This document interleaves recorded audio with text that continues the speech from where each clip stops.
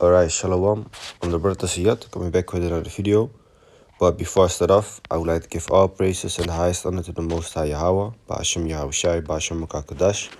I want to give double honor to my elder apostles and teachers of Great Millstone, and peace and salutation to the sincere Akiyam across the world, who are spreading this knowledge and truth and sincerity, and may the election be upon your households. Khan Shalom. Yeah, so today I want to make a video. And what sparked my mind to make this video is this podcast that I'm listening to right now.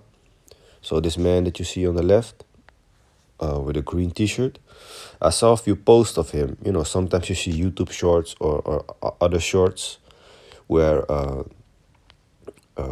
he was basically telling women that are in a feministic mindset certain things which would basically shut them up, shut them off, and made them think about what they actually are saying and what they actually think is normal, which is not normal, how they should behave, how the man should be. For example, the female says like, yeah, I want my man to be masculine, but he doesn't. I myself don't want to be feminine, you know.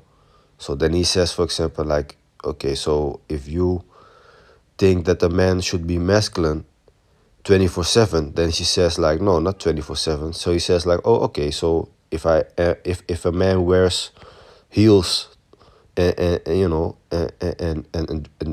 wears a dress 2 days out of the week, then she was like, no, that's not like that. So he's like, oh, so you do want a man to be masculine, therefore 24/7, right? Then she was like, shutting up. So these females don't really know what they want. They're just being brainwashed by the society. Okay, they be seeing all these crazy stuff that couples be doing, going on holiday here, party there. So see, so like, yeah, seeing females dressed like hoes on Instagram and getting a lot of likes, a lot of attention. So their brain is really being filled with this nonsense. So for us, man, to deprogram that is a lot of work, man.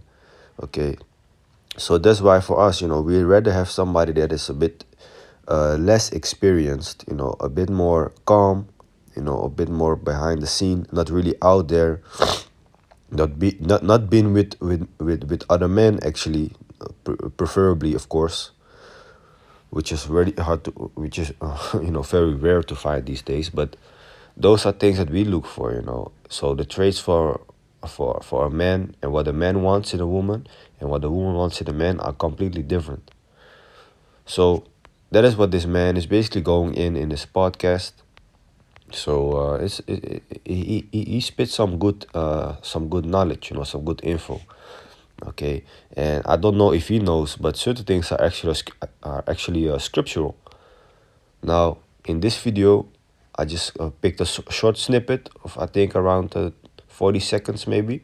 I'm gonna show y'all, and then I'm gonna grab the scripture on it, and I think the scripture might pop in your mind too. Okay. Yeah. Question for you, man. What's you're married and for 19 years. Who's the head? Actually, are you the head of your wife? Yes, I am. You are the head of your wife. There is a hierarchy in my house. Yes, there is. There is a hierarchy in your house. Can you explain that a little bit for the audience, if you don't mind? So the hierarchy is whether you go to church or not, it's God first. I tell my kids all the time, he wasn't a person. He wasn't a place. God is love. God is a way of life. Okay. So we put God above everything. I'm right after that, my wife, children, and then whoever is going to come in as visitors. That hierarchy sometimes is challenged, but you have to stand as the lead of the house. You have to stand 10 toes down. And you see, so the scripture says, let me see, man head.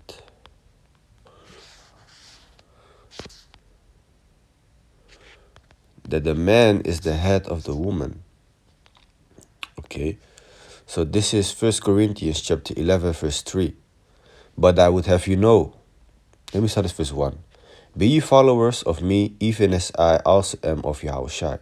Now I praise you, brethren, that you remember me in all things and keep the ordinances as I deliver them to you. But I would you have no, but I would you have know, but I would have you know that the head of every man is YAHAWASHI. Okay, so YAHAWASHI is basically the one that is above us men, above us Israelites men. Okay, and the head of the woman is the man. So the one that is above the woman is the husband, is the man. And the head of YAHAWASHI is God. So the head of YAHAWASHI is Yahawah. So there's a hierarchy. First you have the Most High Yahawah, then you have YAHAWASHI, you know. Then you have the man, you know, and then you have the woman. Okay, and after that you have the children. Okay, so it's funny to see that some people, you know, might know this, especially in a from a coming from a so-called black culture background, and might not know that it's in the scriptures. I'm not sure if they know do know or not, but that is scriptural, you know. So there is a certain hierarchy, and of course, like the man said, it's gonna be challenged, man. But this is what the Most High says, you know. Keep silence.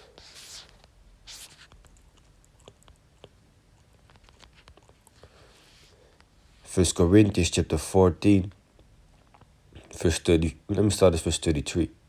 For the Most High is not the author of confusion. Yeah, man. So the Most High is not here to bring confusion upon us, okay?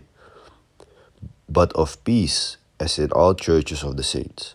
Verse 34, the point. Let your woman keep silence in the churches, for it is not permitted unto them to speak. Okay, so that shows you that is a clear, you know, a hierarchy there.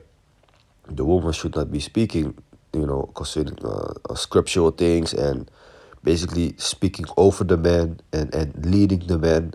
No, man, that is not how it's supposed to be. But this society, which brings up these feminists, is portraying that as something that is good. That is just another thing also to show us, man, that this fucking society is really against what the Most High wants, man. Okay? It says, but they are recommended to be under obedience, as also saith the law. You see? So, man over woman. But not just because you're over the woman and you have this leader role means that you can make abuse of it. Okay, now because you're the leader, you start yelling for no reason at your wife, you know, start smacking her, treating her like a hoe, like a piece of shit. You know, like if she treats you well, you know, you can treat her well also. Okay, but in this society, in day and age, just like that power, you know, that power trip. So the people, when they get power, they really want to make use of that power and be like and really show that they have the power. You know, like these Edomites have. Okay, when the Edomite gets power, hey boy, they really feel that arrogancy. They really feel themselves proudly and shit like that. You know, but there's a difference between being, you know, proud and arrogant when you have power and versus knowing that you are the leader and knowing that you are dominant, knowing that you are walking with Yahawah Bashim Yashai, and therefore don't really have to, you know, compare yourself to others because you know your worth, you know your value. You know, we know that we are kings, about to be kings. Let me say it like that, you know, in the kingdom. So speaking for myself also, we actually know our value.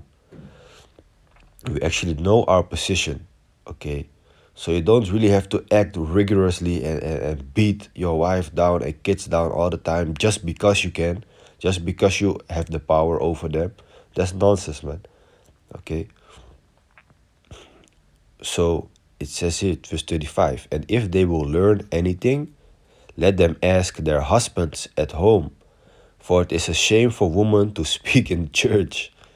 Why do the Christians don't read this? Okay? I'm sure certain pastors might teach this, but most of them won't let you read this, man, because they want to have that audience, you know, full of women also to keep, you know, paying them and basically fuck your wife and shit like that. Basically speak smooth things onto them, like the scripture also says. Let me see. Prophesy. What is it? Sweet. Prophesy unto us, or speak.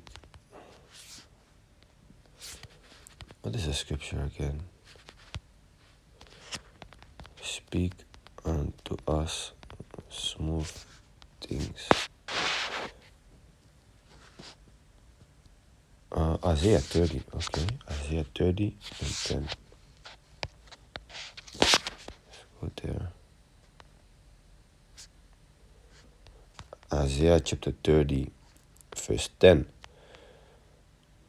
Which say to the seers, see not, and to the prophets, prophesy not unto us right things. Speak unto us smooth things. Prophesy the seed. So that is what they want to hear. They don't want to hear the truth, actually. Even though a lot of them might say they want to hear, they don't want to hear it because the truth is hard, man. The truth can be very harsh, So they rather hear a lie. Yeah, God loves everybody. You can be saved, whatever you do. That's not what the scriptures speak of, okay? Now, I heard that the Pope wants to rewrite the Bible. The Pope from the Vatican. He wants to rewrite the Bible, man. I was like, what? Let me see. Rewrite.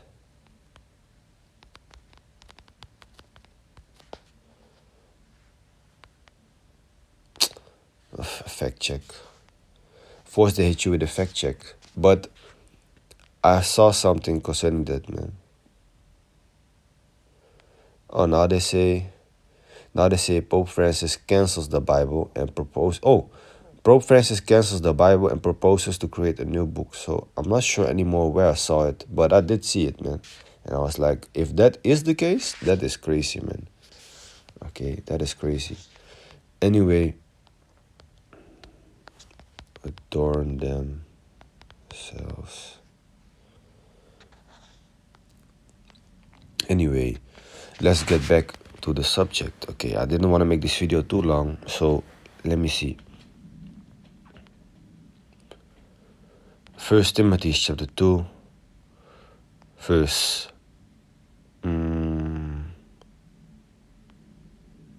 let me start at verse 9, just a point. In like manner also, that women adorn themselves in modest apparel. Okay, so not whole clothing, but dress yourself good, and also cover your head if you can. Okay, nowadays we should not actually be, pushing this upon the woman, because they still gonna do what they want to do. But you just tell them like, hey, I preferably have you wearing this and that when you go out. I'm not gonna push you, I'm not gonna force you, but that is what I would want you to wear, and things like that. You can say it like that, And if they still choose to do what they want, that should already show you their mindset towards you. With shamefacedness and sobriety, not with braided hair or gold or pearls or costly array. Yeah, really being out there, really showing the people their jewelry and how they look, trying to get some compliments out there. Okay, but which becometh woman professing godliness with good works. Let the woman learn in silence with all subjection. Again, let the woman learn in silence. The scripture says, Adam was first formed, then Eve. Okay, but I suffer not a woman to teach, nor to usurp authority over the man, but to be in silence. For Adam was first formed, then Eve. And Adam was not deceived, but the woman being deceived was in transgression. Okay, notwithstanding, she shall be saved in childbearing. Yeah, so she basically still how do you say that? Makes your child ready. When you basically have sex with a woman, your semen is already alive. So you already, as a man, have boys and girls inside you. But in the woman's belly is basically being made to a full baby, a full functioning baby. Okay. If they continue in the faith and charity and holiness with sobriety. So this scripture show you, man, there's an authority, man, man over the woman. The man is the top of the household. But as a young man, me myself, I should also, keep learning how to be like that, in YAHAWASHI YAHAWASHI. Of course, I think for all of us, especially men out there, but also the women that are listening, you know, if you have that independent mindset, that is some Edomite, that is some white society mindset, westernized mindset that we have. You need to be brainwashed, and your brain need to be, cleansed with His word again. Okay, so Lord willing, this was edifying. And with that, I want to give all praises and the highest honor to the Most High Yahweh, Ba'ashim Yahawashi, Ba'ashim Bakakadash. I want to give double honor to my elder apostles and teachers of Great Millstone, and peace and salutation to the sincere Akia across the world, who has spread this knowledge and truth and sincerity, and may the lecture be upon your households. God shalom.